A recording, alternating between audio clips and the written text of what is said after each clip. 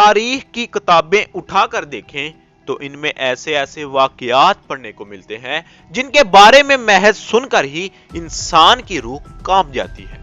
تاریخ کی ان کتابوں میں ڈائنوں، بھوتوں اور جنوں کے کئی ایسے واقعات ملتے ہیں جن میں سے کچھ اصلی ہیں اور کچھ صرف محض افسانہ، لیکن جو حقیقت پر مبنی واقعات ہیں ان کے بارے میں سن کر کوئی بھی انسان حیرت میں مبتلا ہو جاتا ہے کہ ایسا بھلا کیسے ہو سکتا ہے۔ ایسی ہی ایک کہانی پچھلی کئی صدیوں سے یورپ کے گلی کوچوں میں عام ہے، جسے بلڈی میری کے نام سے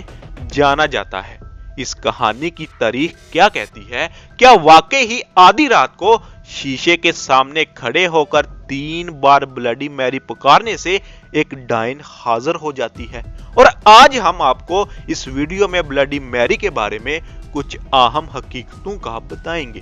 جن کو سن کر آپ دنگ رہ جائیں گے۔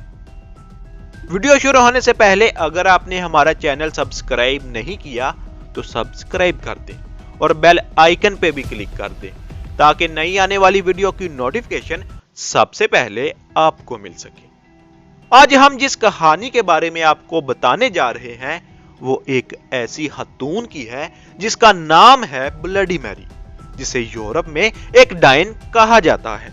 بلڈی میری کے متعلق ایک بات کافی زیادہ مشہور ہے کہ جب کوئی انسان اماوس کی رات آئینے کے سامنے کھڑے ہو کر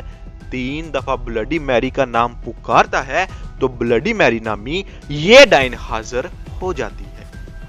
یہاں ہم آپ کو بتاتے چلیں کہ یورپ میں اس عمل کے بارے میں کہا جاتا ہے کہ جو کوئی بھی بلڈی میری کو بلانے کی کوشش کرتا ہے اور اگر وہ اس کے بلانے پر آ بھی جاتی ہے تو یہ اس کے لیے دولت اور اچھی زندگی کی ضمانت ہوتی ہے، اور اس دوران بلڈی میری کو بلانے والے انسان کی موت بھی واقع ہو سکتی ہے۔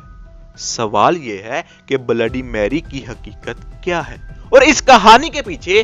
کیا راز پوشیدہ ہے؟ اس کے متعلق تاریخ میں کئی واقعات ملتے ہیں جن کو پڑھنے اور سمجھنے کے بعد ہی انسان حقیقت تک پہنچ سکتا ہے۔ بلڈی میری کے بارے میں کچھ افراد کا ماننا ہے کہ یہ انگلینڈ کے جنگلوں میں رہنے والی کالے جادو کی عالم اور نہایت خطرناک جادوگرنی تھی، جس کو ایک بار جنگل میں نہایت خطرناک شیطانی رسم ادا کرتے ہوئے رنگے ہاتھوں پکڑ لیا گیا تھا اور سزا کے طور پر اس کو زندہ جلا دیا گیا۔ جبکہ کچھ افراد کا یہ بھی کہنا ہے کہ بلڈی میری ایک ریاست کی ملکہ تھی جو ہمیشہ زندہ رہنے کی خواہش مند تھی۔ اپنے اسی شوق کی تکمیل کے لیے وہ جوان اور خوبصورت لڑکیوں کی بلی چڑھایا کرتی تاکہ شیطان خوش ہو سکے۔ جبکہ ماہرین کی تحقیقی اینک سے دیکھا جائے تو معلوم ہوتا ہے کہ ان کہانیوں میں کچھ بھی سچائی موجود نہیں ہے۔ اماوس کی رات کو آئینے کے سامنے کھڑے ہو کر بلڈی میری کا نام پکارنے سے لے کر اسے ڈائن تصور کر کے زندہ جلانے تک کے تمام تر واقعات فرضی اور کہانیاں ہیں۔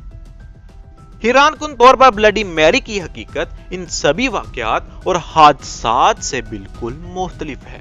بلڈی میری در حقیقت ایک لقب ہے جو کہ انگلینڈ اور آئرلینڈ کی مشترکہ ملکہ میری اول کو دیا گیا تھا، جس کی وجہ کوئی خطرناک کالے جادو کا عمل یا خوبصورت جوان لڑکیوں کا قتل عام نہیں تھا، بلکہ اس کی سب سے بڑی وجہ میری اول کی جانب سے پروٹیسٹنٹ مذہب کے ماننے والوں پر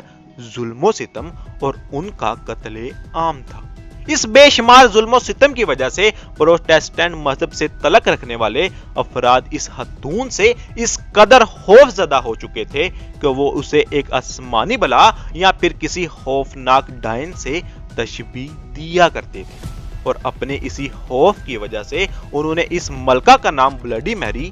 رکھ دیا۔ اگر بلڈی میری کی ابتدائی ذاتی زندگی کی بات کی جائے تو یہ انگلینڈ کے بادشاہ ہنری ہشتم کی پہلی اولاد تھی، جو کہ 18 فروری 1516 میں انگلینڈ میں پیدا ہوئی۔ اس کے علاوہ یہ وہ دور تھا جب سلطنت عثمانیہ پر سلطان سلیم اول اور برصغیر پر ابراہیم لودھی حکومت کیا کرتے تھے۔ میری کے بارے میں کہا جاتا ہے کہ یہ بچپن سے ہی بلا کی خوبصورت اور حسین و جمیل لڑکی تھی۔ اس کے علاوہ یہ انگلینڈ کے بادشاہ کی پہلی اولاد ہونے کے ساتھ ساتھ تخت کی اکلوتی وارث بھی بن گئی۔ یہ بات دنیا بھر کے حکمران بخوبی جانتے تھے، اسی لیے چھوٹی عمر میں ہی اس کی شادی کے لیے بڑی بڑی ریاستوں سے رشتے آنا شروع ہو گئے۔ اس کو دیکھتے ہوئے بادشاہ ہنری نے اپنی بیٹی میری کا رشتہ فرانس کے ایک شہزادے کے ساتھ کر دیا، لیکن اس کے بعد میری کی شادی اس کے کزن ہولی رومن امپائر کے بادشاہ چارلس دا ففتھ کے ساتھ کرنے کا اعلان کیا گیا، مگر کچھ ذاتی اور سیاسی وجوہات کی بنا پر ان تمام رشتے داریوں کو ختم کرنا پڑا، کیونکہ میری کا والد ہنری ہشتم اپنے تخت کے لیے مرد وارث حاصل کرنا چاہتا تھا۔ وہ تخت کو میری کے حوالے نہیں کرنا چاہتا تھا، اسی لیے اس نے مرد وارث حاصل کرنے کے لیے دوسری شادی کی، مگر یہ شادی پرسکون طریقے سے نہ ہو سکی، کیونکہ اس شادی پر بادشاہ ہنری کو کئی پادریوں کا سامنا کرنا پڑا۔ اس مسئلے کو حل کرنے کے لیے ہنری بادشاہ نے تمام شاہی پادریوں کو تبدیل کر کے اپنی پہلی بیٹی اور پہلی شادی کو ناجائز قرار دے دیا۔ ایسا کر کے بادشاہ نے اپنی اکلوتی اولاد یعنی میری کو تخت کے عہدے سے ہٹا دیا اور خود آنا بولم نام کی لڑکی سے شادی کر کے سکون کی زندگی گزارنے کے خواب دیکھنے لگا کہ اس بار اسے اپنے تخت کا مرد وارث مل جائے گا۔ وہیں دوسری طرف میری جو کہ ایک پیدائشی شہزادی تھی، راتوں رات ایک عام لڑکی بن گئی۔ اب میری اور اس کی والدہ کے ساتھ کافی برا سلوک ہونے لگا، انہیں اپنے ہی گھر میں اب قیدیوں کی طرح سمجھا جانے لگا، جس وجہ سے اس کی ماں کافی بیمار ہو گئی اور موت کے اندھیروں میں چلی گئی۔ دوسری جانب بادشاہ ہنری کو اپنی دوسری شادی میں بھی لڑکی پیدا ہوئی، یہاں تک کہ بادشاہ نے 6 شادیاں کی اور چھٹی شادی میں اسے ایک مرد وارث ملا، اور اپنی چھٹی بیوی کو چھوڑ کر بادشاہ نے باقی تمام بیویوں کے سر تن سے جدا کر دیے، جس وجہ سے بادشاہ کو ایک ظالم بادشاہ مانا جانے لگا۔ لیکن ہنری کی چھٹی بیوی مزاجن ایک نیک خاتون تھی، لہٰذا اس نے میری اور اس کے والد یعنی بادشاہ ہنری کو پھر سے ایک دوسرے کے قریب کر دیا۔ کچھ وقت گزرنے کے بعد بادشاہ ہنری کی بھی موت واقع ہو گئی، جس کے بعد شاہی افراد نے مل کر اس کے کم عمر بیٹے ایڈورڈ کو انگلینڈ کا نیا حکمران بنا دیا۔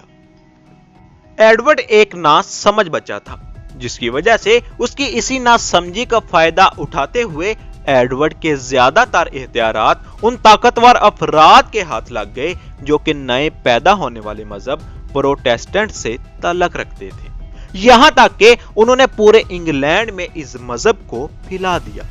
دوسری جانب انگلینڈ کا دوسرا بادشاہ ایڈورڈ بھی 15 سال کی عمر میں ہی وفات پا گیا،